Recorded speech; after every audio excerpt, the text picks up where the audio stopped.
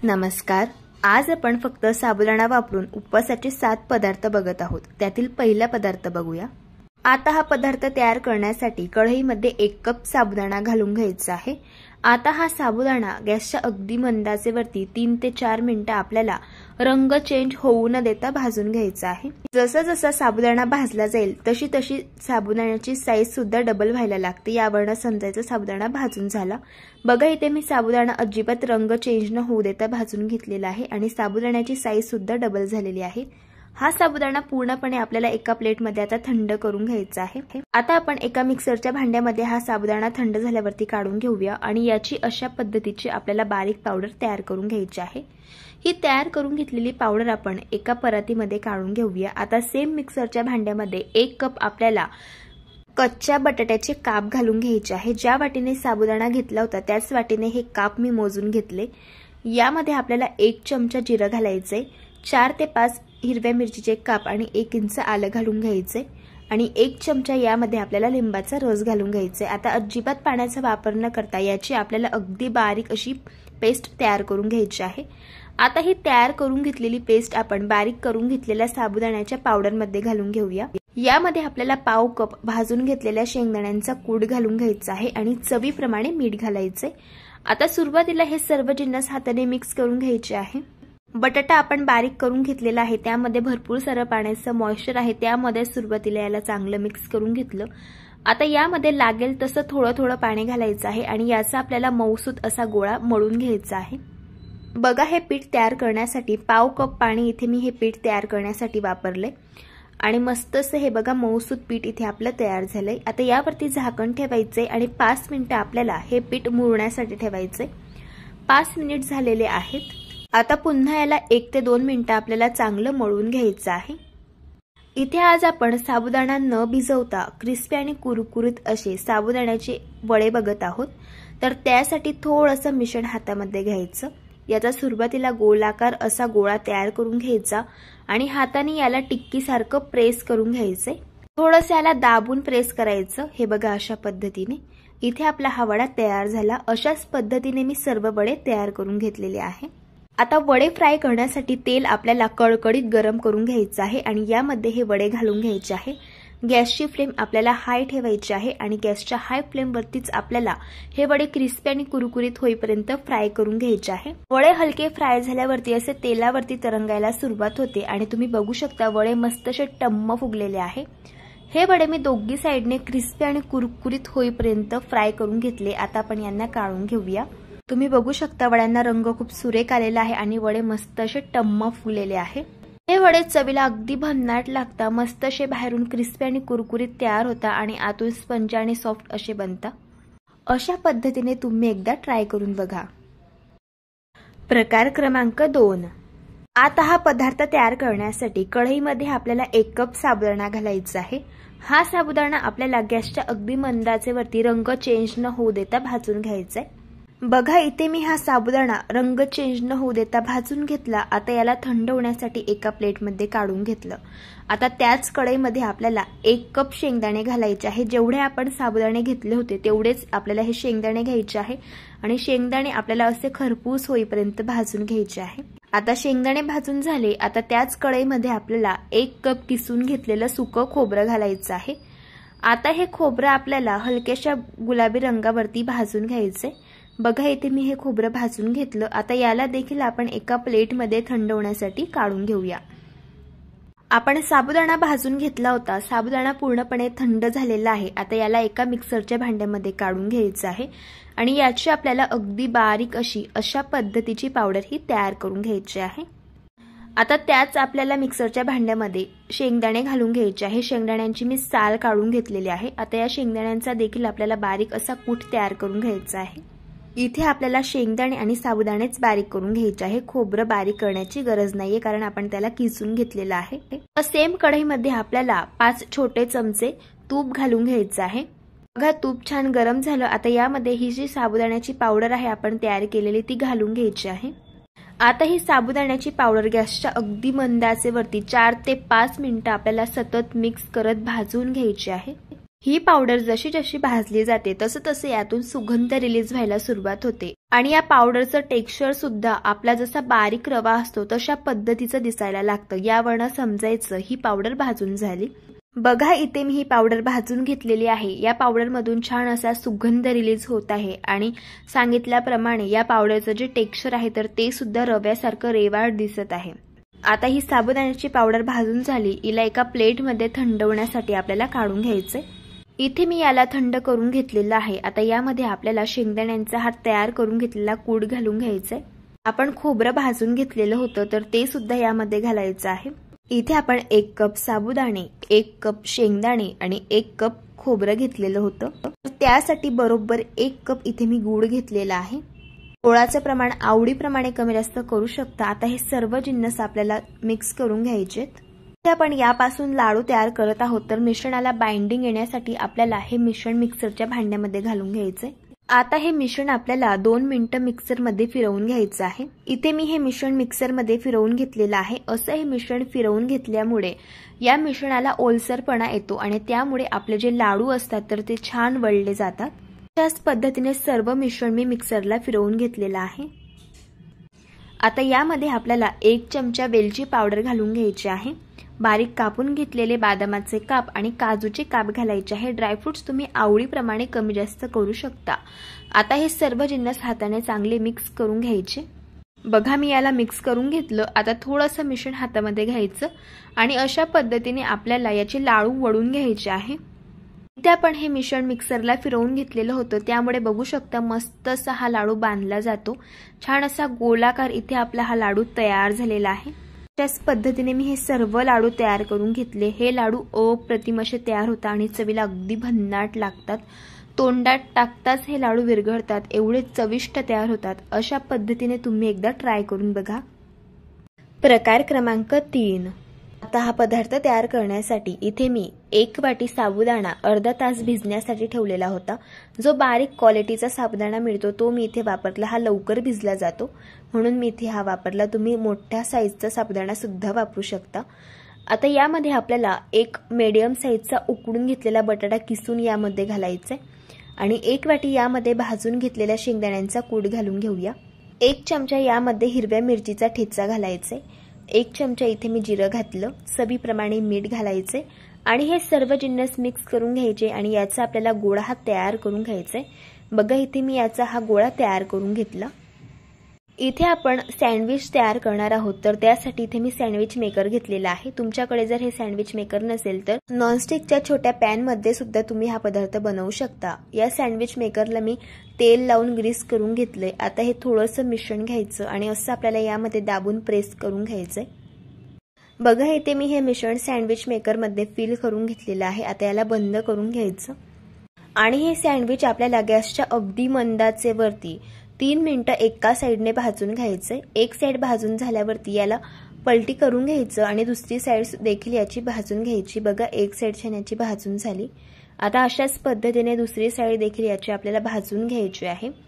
इथे मी दोघी साइडने क्रिस्पी आणि कुरकुरीत होईपर्यंत हे सँडविच छान भाजून घेतलेलं आहे। आता आपण याला काढून घेऊयात। हे सँडविच चवीला अप्रतिम तयार होतं। ज्यांना तळलेले पदार्थ खायला आवडत नाही तर ते सुद्धा खूप आवडीने खातील, एवढं चविष्ट हे सँडविच लागतं। बाहेरून मस्त क्रिस्पी आणि कुरकुरीत असं हे तयार होतं आणि आतून छान स्पंजी आणि सॉफ्ट असं बनतं। लहान काय मोठे सुद्धा फार आवडीने खातील, एवढं चविष्ट तयार होतं। अशा पद्धतीने तुम्ही एकदा ट्राय करून बघा। प्रकार क्रमांक 4। आता हा पदार्थ तयार करण्यासाठी कढईमध्ये आपल्याला अर्धा लिटर दूध घ्यायचं आहे। आता या दुधाला आपल्याला एक खडखडून उकळ काढून घ्यायची। बघा दुधाला छान खडखडून उकळ आलेली आहे। आता हे दूध आपल्याला गॅसच्या अगदी मंद आचेवरती 3 ते 4 मिनिटं सतत मिक्स करत शिजवून घ्यायचं आहे। असे याला शिजवून घेतल्यामुळे दुधाला हलकासा घट्टसरपणा येतो। बघा इथे मी हे दूध शिजवून घेतलं। आता यामध्ये आपल्याला 1 वाटी साखर घालून घ्यायची आहे। गोळाचं प्रमाण तुम्ही आवडीप्रमाणे कमी जास्त करू शकता। आता साखर आपल्याला छान या दुधामध्ये विरघळून घ्यायची। आता साखर विरघळलेली आहे। यामध्ये आपल्याला 1 वाटी भिजवून घेतलेला साबुदाणा घालायचा आहे। हा साबुदाणा आपल्याला 3 ते 4 मिनिटं गॅसच्या अगदी मंद आचेवरती दुधामध्ये शिजवून घ्यायचा आहे। जसं जसं हा साबुदाणा दुधामध्ये शिजला जाईल तसं तसं हे जे दूध आहे तर ते सुद्धा दाटसर व्हायला सुरुवात होते। इथे मी हा साबुदाणा शिजेपर्यंत हे दूध चांगलं शिजवून घेतलं आणि दुधाला छान असा बघू शकता घट्टपणा आलेला आहे। इथे आज आपण साबुदाण्याची खीर तयार करत आहोत, तर त्यासाठी इथे आपलं हे मिश्रण तयार झालेलं आहे। आता यामध्ये आपल्याला बारीक कापून घेतलेले बदामाचे काप आणि बारीक कापून घेतलेले काजूचे काप घालून घ्यायचे आहे। ड्रायफ्रुट्स तुम्ही आवडीप्रमाणे कमी जास्त करू शकता। यामध्ये 1 चमचा वेलची पावडर घालायचे, याला मिक्स करून घ्यायचे। इथे आपली तयार झालेली आहे साबुदाण्याची खीर। ही खीर चवीला अप्रतिम लागते आणि अगदी बासुंदी सारखी तयार होते। लहान काही मोठ्यांना सुद्धा फार आवडेल एवढी चविष्ट ही खीर तयार होते। तुम्ही अशा पद्धतीने एकदा ट्राय करून बघा। प्रकार क्रमांक 5, कढईमध्ये आपल्याला अर्धी वाटी साबुदाणा घालून घ्यायचा आहे। हा साबुदाणा आपल्याला रंग चेंज होऊ न देता 4 ते 5 मिनिटं गॅसच्या अगदी मंद आचेवरती भाजून घ्यायचा आहे। इथे मी हा साबुदाणा भाजून घेतलेला आहे। तुम्ही बघू शकतात साबुदाण्याचा अजिबात रंग चेंज झालेला नाहीये। आता हा साबुदाणा आपण एका प्लेटमध्ये काढून घेऊया आणि याला पूर्णपणे थंड करून घ्यायचा आहे। साबुदाणा पूर्ण थंड झाल्यानंतर आपल्याला मिक्सरच्या भांड्यामध्ये घालायचा आहे आणि याची आपल्याला बारीक अशा पद्धतीची पावडर तयार करून घ्यायची आहे। आता यामध्ये आपल्याला 1 वाटी कच्च्या बटाट्याचे काप घालून घ्यायचे आहे। आता यामध्ये आपण 4 हिरवी मिरची घालूया। तिखट आवडीप्रमाणे तुम्ही कमी जास्त करू शकता। पाण्याचा जराही वापर न करता अशा पद्धतीचं आपल्याला हे मिश्रण मिक्सर मधून बारीक करून घ्यायचं आहे। आता हे तयार करून घेतलेलं मिश्रण आपण एका बाउल मध्ये काढून घेऊया।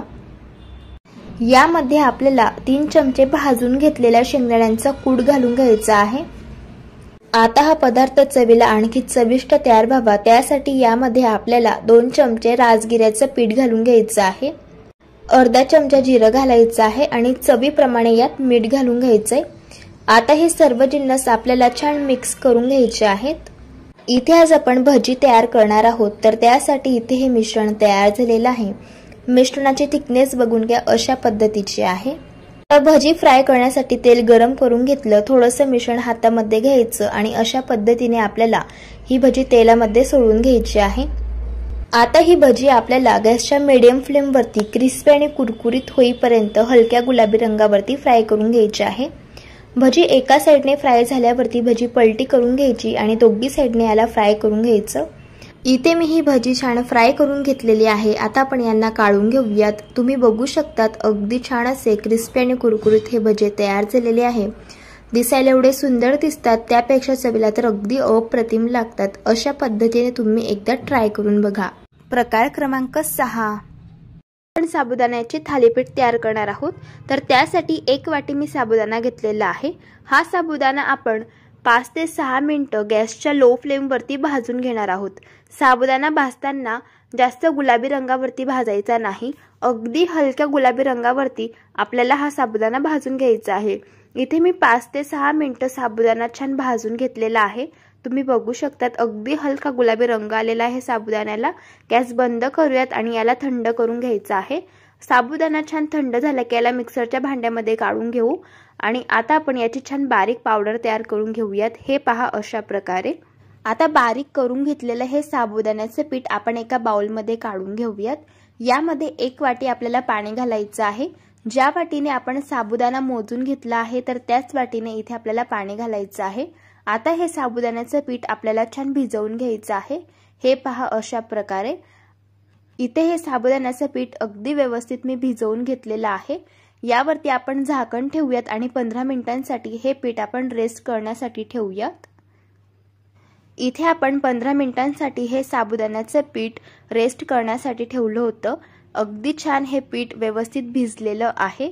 आता यामध्ये आपण 3 चमचे भाजून घेतलेल्या शेंगदाण्यांचा कूट घालणार आहोत। असं शेंगदाण्यांचा कूट घातल्यामुळे थालीपीठला चव खूप छान येते। 1 चमचा जिरं घालायचं आहे।